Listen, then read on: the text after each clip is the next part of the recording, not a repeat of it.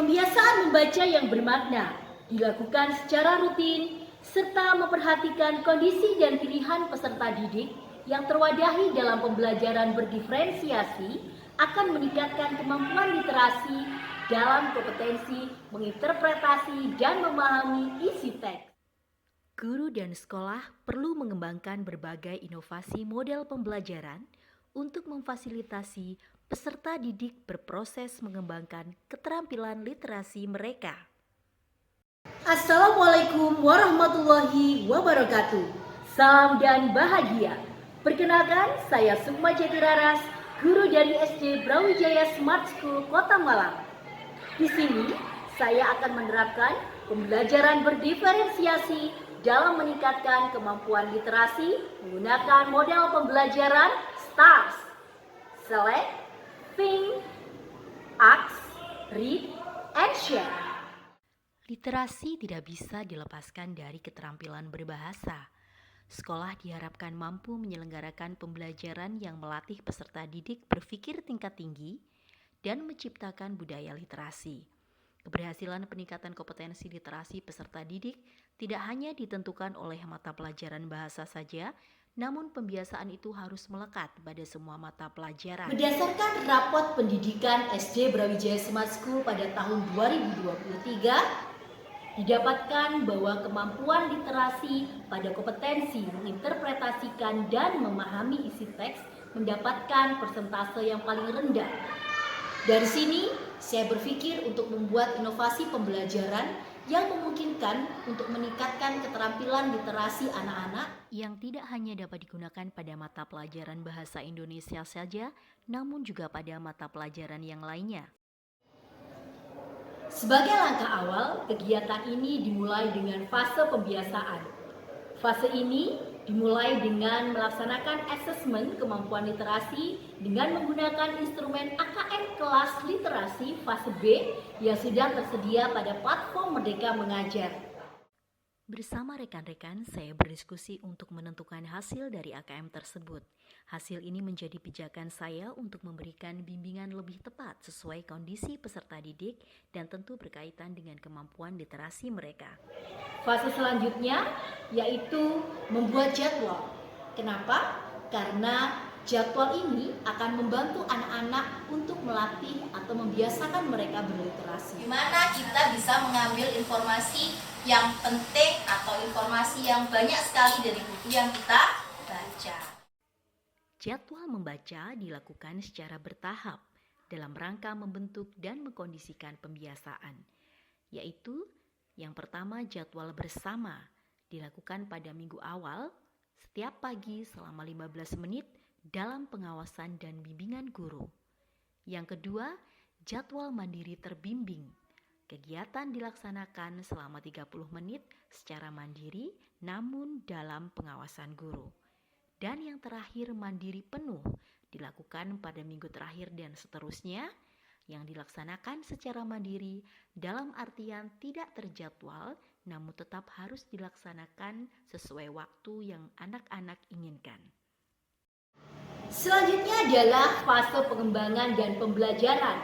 Disinilah model pembelajaran STARS akan kita terapkan. Tahap yang pertama adalah S, Select What You Read Carefully. Pada tahap ini saya melakukan pembelajaran diferensiasi proses dan konten secara bersamaan. Melalui pemanfaatan teknologi, saya menyediakan berbagai macam buku cetak, buku elektronik, video berita ataupun video cerita, dan juga teks audio yang tentunya dapat memfasilitasi anak-anak sesuai dengan gaya belajar mereka masing-masing. Anak-anak, ketika kita ingin mendapatkan sebuah informasi, kita bisa menggunakan berbagai cara. Di sini saya juga mengembangkan microsite yang saya beri nama How to be Reading Stars, yang bisa membantu anak-anak untuk memilih berbagai sumber bacaan mereka. Mereka bisa memilih buku elektronik, berbagai macam video, ataupun juga teks audio. Selain di sekolah, microsite ini bisa mereka akses saat di rumah atau dimanapun tempat yang mereka inginkan. Sebagian anak-anak memilih untuk membaca buku bacaan dalam bentuk cetak. Sebagian di antara mereka memilih untuk menyimak bersama video cerita atau video berita. Ada juga di antara mereka yang lebih memilih untuk mendengarkan teks audio. Tahap selanjutnya adalah think about what you read. Sebelumnya, anak-anak sudah memiliki buku jurnal.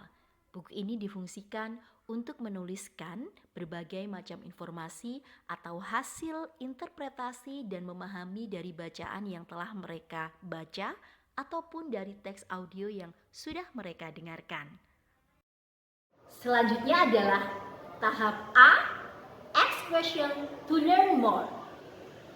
Mengajak anak-anak untuk menggali lebih dalam dari informasi yang sudah mereka dapatkan bisa dilakukan melalui kegiatan diskusi, mencari referensi buku yang lain, ataupun juga bertanya jawab kepada narasumber-narasumber yang mereka inginkan.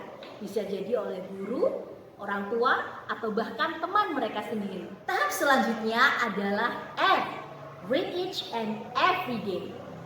Melalui serangkaian pembiasaan ini, diharapkan anak-anak memiliki motivasi untuk tetap melakukan kegiatan membaca setiap hari. Jurnal yang sudah mereka tulis diharapkan juga bisa menumbuhkan motivasi mereka untuk terus menggali berbagai macam informasi dari berbagai macam sumber. Yang terakhir adalah tahap S, share what you read with other. Pada tahap ini, peserta didik diajak untuk berbagi informasi yang telah mereka dapatkan. Pembelajaran berdiferensiasi berperan penting. Diferensiasi produk dapat kita laksanakan di sini. Pada tahap ini, peserta didik diajak untuk membagikan informasi tentang apa yang sudah mereka baca dengan berbagai cara. Artinya, diferensiasi produk terlaksana di sini. Mereka bisa mempresentasikan apa yang sudah mereka baca, menulis, dipajang di mading, membuat labbook, ataupun juga serial box literasi. Sekarang kita lebih suka membaca buku dan lebih semangat membaca buku. Karena kita gak cuma bisa membaca buku, kita juga bisa menonton video. Kalau aku lebih suka mendengarkan cerita menggunakan headset. Aku sangat senang karena bisa menulis di laptop. Aku juga senang labbook. Aku senang saat menulis di kotak serial literasi. Aku juga senang kotak serial literasi. Teman-teman, buku apa yang kalian suka? Di dalamnya aku tumbuh, di dalamnya aku aman. Pembelajaran diferensiasi luar biasa.